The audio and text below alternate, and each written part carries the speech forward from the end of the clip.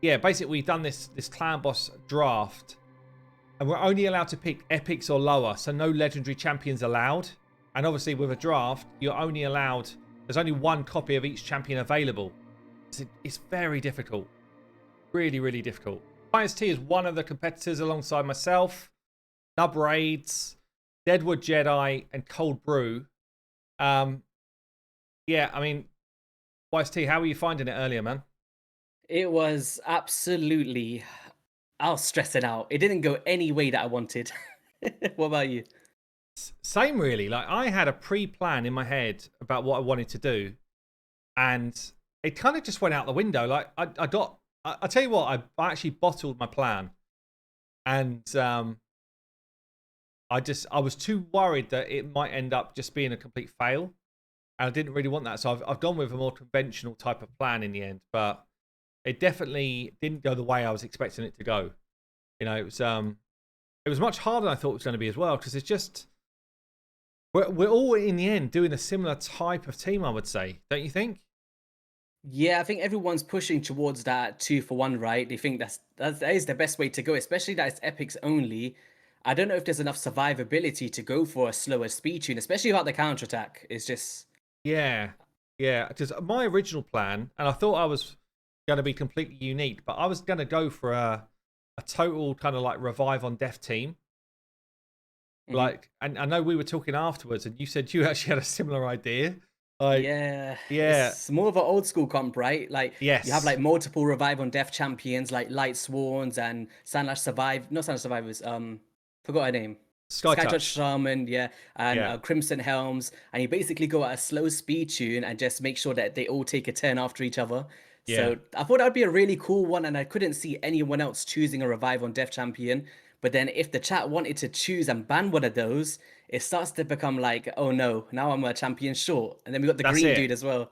So Yeah, and so you kind of started off with Deacon, mhm. then you went into Geo.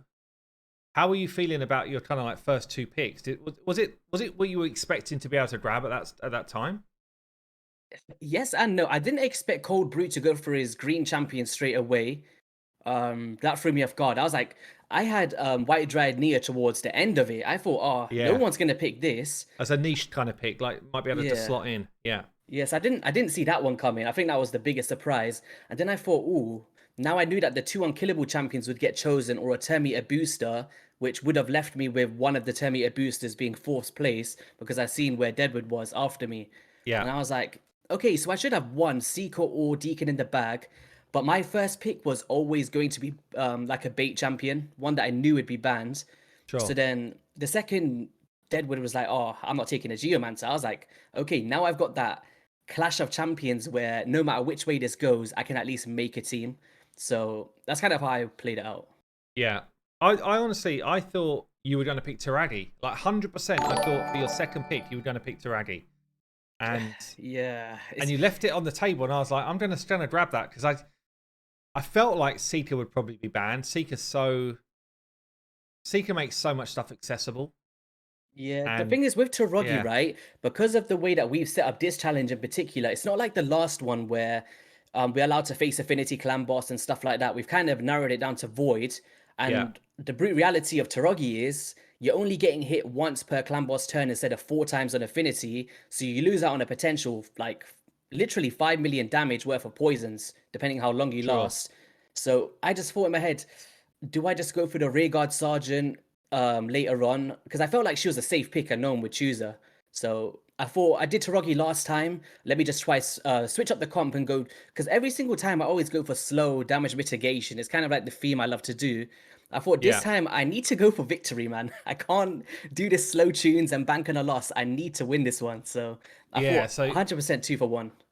I was thinking the same with the 2-for-1. Like I felt like I didn't need to do it too early. Like if I got Seeker away, 2-for-1 becomes very easy. But Hmm.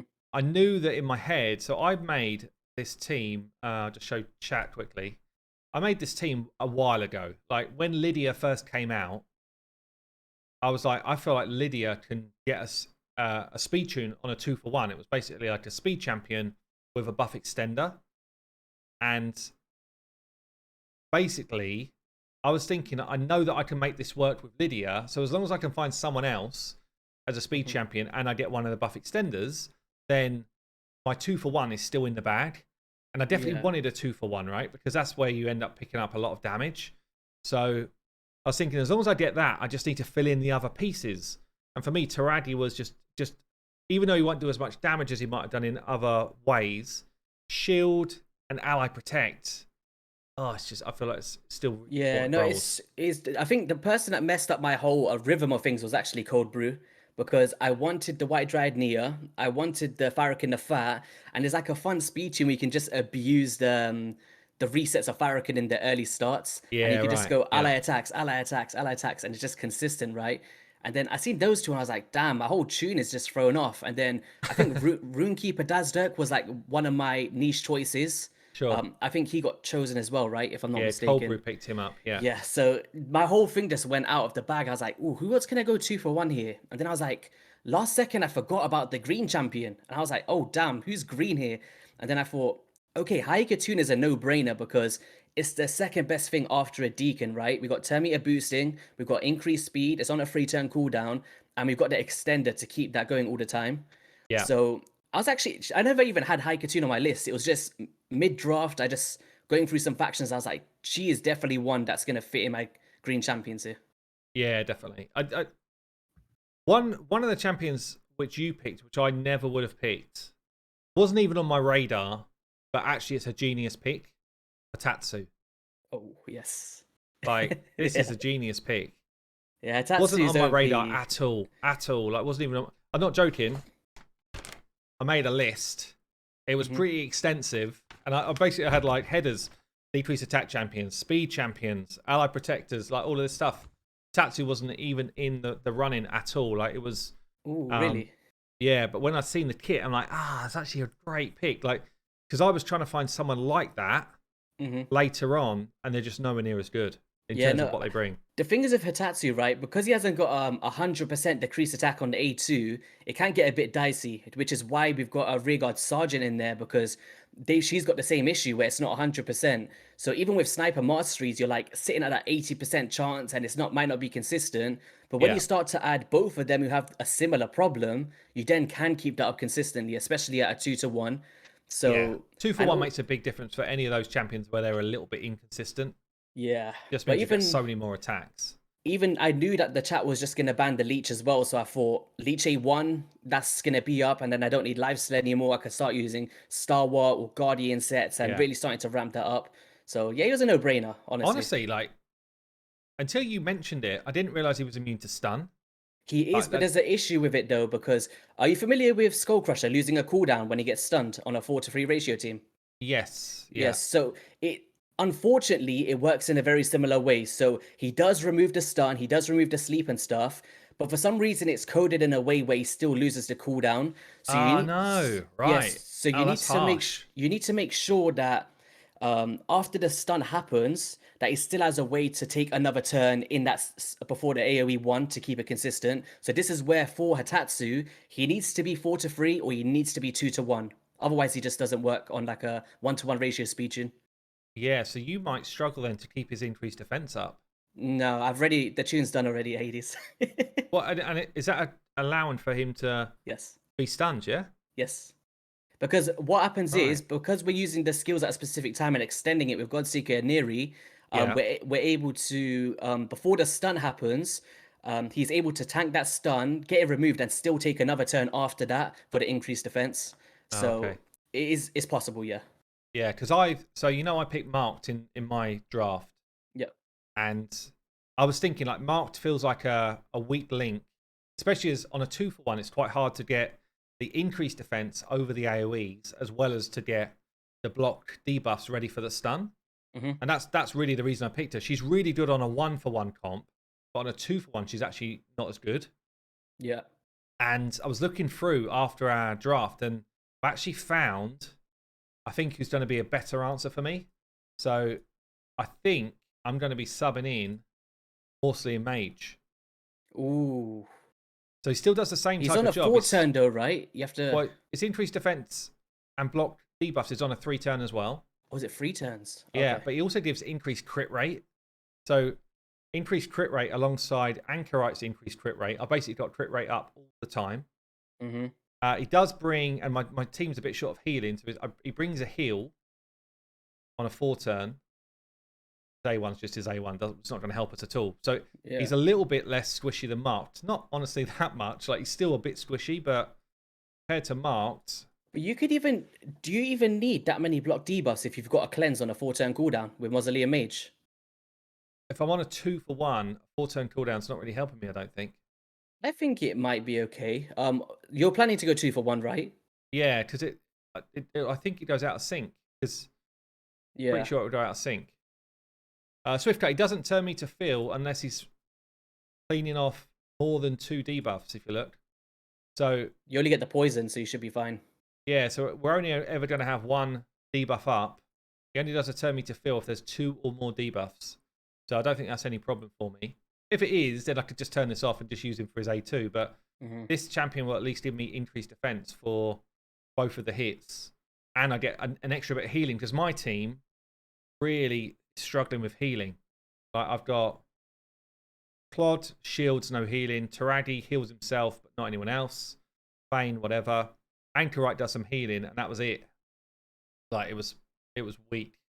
It's gonna be so close, man. Like, when I'm looking at this, it's like the first Clan Boss Draft, we're saying it on the stream. Like, I didn't expect it to be. Well, I did expect it to be like close, but this one I can't even call it. Like with the other one, I knew, Scratch is gonna be OP. You blew me out the park in the last one. I didn't expect that, but away from that, I kind of seen the top picks and the empowered champions. This time round, it's just no empowerments. It's gonna be very tough, I think, especially with the counter attack in there. Like, I never thought that Skull Crusher would made it to the end. Honestly, I didn't either. And actually, Odd One's saying, like, wouldn't you have expected Deadwood to grab Wardcaster as well? I don't know if can Skull Crusher and Wardcaster alone make with Renegade an unkillable, right? I didn't know that, but I think anyway Deadwood was not keen on doing an unkillable, so maybe that's. Yeah, I think it makes it a lot better. I think everyone just chose their unkillable champions at the start just because they knew it would get banned. So it's just making sure they can lay off the rest. Unless it was something very different to what we normally see. I wasn't particularly keen on an unkillable myself. Yeah, that's why the Revive on Death team like really enticed me. I was like, we don't really see this anymore. So I thought if I was going to do unkillable, it'd be that one. But yeah. Yeah, so Elvish, the way this worked, these champions in red here, basically the chat of the stream all got to ban one of these champions away for each of us. So Nubraids had, I didn't want Nubraids, Deadwood, sorry, had Maneater banned. YST had Deacon banned. I had Seeker banned. Cobra had Farak the Fat. And Nubraids had Demitha banned. So yeah, it was, I guess a lot of these bans, you'd expect Maneater, you'd expect Demitha. Seeker and Deacon and Seeker both just enable so much stuff. Farak the Fat, I was a bit surprised that it was banned away, but actually, in hindsight, really good ban. Like, so much damage. But yeah, Swiftcut saying to me, what would I have done if Fane had got banned? I mean, honestly, obviously Fane's doing a lot of my damage and debuffs and stuff. There would be other options. At that point, I hadn't picked my other champions as well, right? So, I mean, actually, someone who didn't get picked, who does a ton of damage just by sheer poisons, is the Brawler. Colt Brawler does so much work in poisons, but he doesn't have anything else in his kit. So yeah, I think even someone like one that was on my list was Ragnar Goldgleam. But the thing is with him is like I already had the weekend from a Geomancer. I was like, I can't just bring in this one dude for drop defense. I'd rather have a Tyrell or something. So yeah. He would have been a good choice for you though. If you didn't have the Fane, I think he would have been like the next best thing. Yeah. I just would struggle with something like a decreased defense at that point. But again, you would have had to mix it up a bit more if Fane got banned out. And plus, if I'd had Seeker, there's so many options with Seeker as well. But I guess one thing I'm surprised about out of everyone's teams, I could see. Well, actually, no, I can't. At the moment, Deadwood does not have a 2-for-1 speed tune possible with the champions he's got. I don't feel like Nubraids has got a 2-for-1 speed tune possible with the champions he's got. Yeah, unless they swap someone out. Like, there is some more increased speed champions out there, right? You got Tagore, who does an increased speed with a heal. You got Apothecaries with turn meter boosting as well. So there's definitely options out there, which they could swap out. But Yeah, It it's feels gonna like they're be. going to have to, if they want to go 2-for-1, I think they both have to swap someone Mhm. to make that happen. Yeah, And we know that 2-for-1 just ends up bringing a hell of a lot more damage if you do it right. because the You one thing that just, I've noticed as well from like nub braids, right? There's no ally protection in there. Like we got the safety feature of yeah, Sandlash true. on the 4-turn cooldown, but at least unless he's going at that 2-to-1 ratio, that's gonna be a rough one. Without, has everyone else got ally protection here? Yeah, everyone else has it. Yeah. Yes. Yes. Oh, Cold Brew's got double ally protection because White Dry Deer's got the strengthen and ally Oh, protect on true. A3. Yes, that strengthens big as well, actually. Yeah. Yeah. Like for me, I just thought if I've got an extender, there's no point me having double ally protection in a sense because it's extended for the full fight anyway. So that's why I was Yeah. kind of like, should I choose someone else here or? I tend to think like if you're going on a 1-for-1, then double ally protection is decent because you spread the Mhm. damage over. But on a 2-for-1, you should be able to get back to your like full health plus get your ally protect back as well for the next hit. So it feels like you only need one if you're going on a 2-for-1. Yeah. Just wondering how Cold Brew's going to use this white dryad Nia. Like who is it? Who does he need to turbocharge here to really get the most out of them? I think he was banking on the Farrakhan the Fat, which got banned. Yeah. Honestly, I wouldn't be surprised if he changes White Dryad now. Now that he hasn't got Farrakhan. Unless he can make something happen on a speed tune to make White Dryad and Runekeeper create his 2-for-1, possibly. I don't. I don't know if it's going to be possible, like, because we've come up with this thing where it has to be auto from turn 9. We can't sit and manual these battles. Yeah. So being able to abuse that, if White Dryad decides to put it on someone else because they got less HP, then that whole speeching will just go to the bin pretty much. So it'll be tough doing that. Yeah, definitely. So if you had to call it now, in fact, I'm going to do a poll as well for chat. Chat, if you've got to call it and you want to pick out the winner, who do you think's going to win? I'm going to do the poll first and then I'll ask you as well, YST. In fact, I can't even add me. So F in the chat for me, I guess, but I can only put four. I can only put 4 options. Oh, So yeah, God. out of these 4, then, not including me, who do you think's got the best chance to win? It's gonna be I don't know. I'm very scared. To is with Deadwood Jedi, right? I can never underestimate him. Never. Like I've been, I've lost so Yeah. many times. I've learnt my lessons not to underestimate him. So I'm not gonna fall for any traps this time. He's got counterattack, so the potential's there, and that's like I Counter think. attack straight up gives him more hits than the rest of us, right? Mhm. Like he's the only one with a mechanic where he just gets more hits than we all get. Like that's Yeah. big, actually. That's big. But I do think that the issue that he will have is that on the default skill of his counterattack champions, there's no debuffs on them at all. True. They, Yeah. they got they got decreased defense on Anax, but it's not like a cult brawler going again with more poisons or something like No. that. It's just raw damage hits, which is still good, but how good will it be? Especially like with But these champions. Anax can smack as well, can't he? Like Anax hits. Yeah. Yeah. But he's going to be building him for sustain, though. In this team here, Anax's defense is so low. I'm just wondering, will he build him for more damage? Mm. Because he does smack, yeah. He's got no shieldage at the moment. He's got no. Once they start taking those big hits, I mean, I feel the same for pretty much everyone apart from me. One thing I do have is shields, which I think people have underestimated in their draft. I made sure I picked up Claude Yeah. as my speed champ because he had a shield as well. Yeah, I just feel like when it comes to if I'm not using an Underpriest Brogni, like an extension of shield, like the shield is good, but I feel like if you're starting to rely on the shield, then the team's not tanky enough anyway. Yeah, but don't you feel Yeah. like if you got a 30 whatever it is, I think he's got 20% of his health shield. Hmm. If you've got that, then I'm certain that the clan boss does less damage into it. I'm sure of that. It just feels like Yeah, but I think the other side of it is it's like if you got ally protection and then damage mitigation from a Venomage or a Geomancer, it kind of like balances in a sense where you're taking less true. damage. Yeah. That is big actually. Yeah. Yeah, so I think that was like very important as well. Like those, I wish there was That's actually true. more champions in the game like that can like mitigate damage with the underneath a debuff because there's only Yeah. 2 pretty much from epics. Yeah.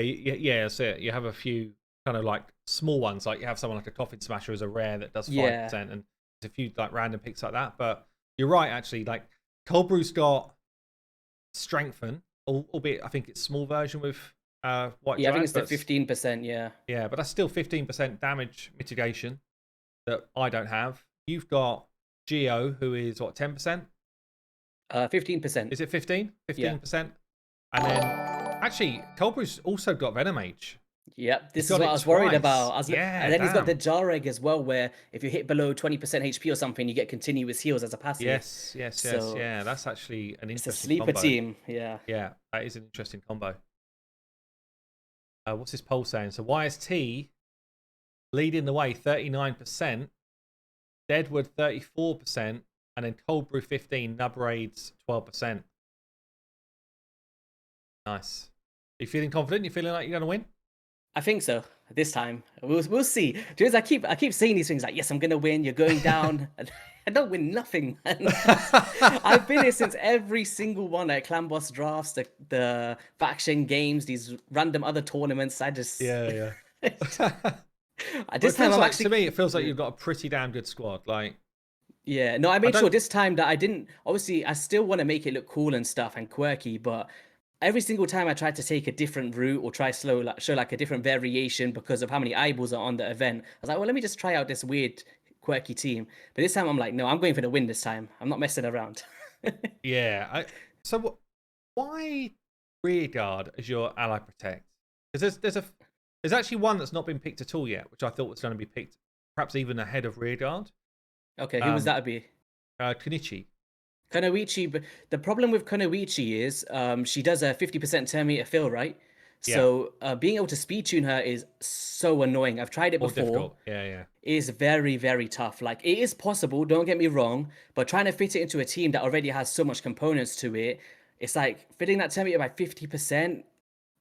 It's a tough one. And also, I don't need the leech. I've already got a leech from Hitatsu anyway, from her A1 or A2. So the thing is with Rearguard Sergeant is she helps out with Hatatsu's decrease attack, because she does decrease attack as well. And I kind of held that to a high regard, and she also does a continuous heal as well. So yeah, I think if I already got leech up, I'd rather have a continuous heal than just someone else that places leech. Yeah, I mean, she's definitely good. I've used her a ton of times in the past, and she's kind of up there as one of the good champions that can do the steals. There's nothing wrong with it. I'm just curious, because I think if you can speed tune her, Benicio just offers more. The thing is, what else was I missing in my team? I was missing a decreased defense, and Rearguard has it on an A1. Ah, were you? Yeah. So fair. I was thinking, who brings? I was trying to like do versatility, right? Like, who brings the most things for what I'm needing? And she was bringing that decreased defense to pair with Geomancer's Weaken, and at a 2-to-1 ratio with like Master Hexa Masteries, I can keep that up most of the time. So that was important for me as well. Okay, man. Well, look, thanks for coming on and sharing some thoughts on the draft. Oh, no worries. I mean, how are you actually feeling generally about building the teams out and all that type of stuff? Are you kind of excited for it, or a bit nervous for it? I'm not gonna lie, I'm a bit nervous for this one.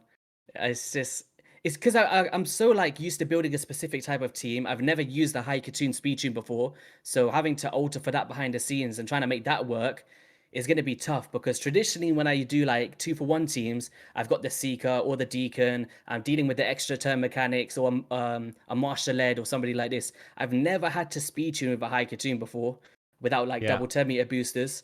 So being able to figure out the best ways to do that, who's taking the stun, are we going to survive a certain amount of times, do we have full coverage? It's very hard in the time frame we've got, especially like what's the best way to build them? Can we stay underneath the caps? It's just a lot to consider, right? True. So we'll make it work, I guess. Yeah, definitely. Well, YST, thanks for coming on, man. Always a blast. Anytime. I'm sure I'll catch you soon, as always, anyway, because we for sure. HH Gaming and all that good stuff. For sure, man.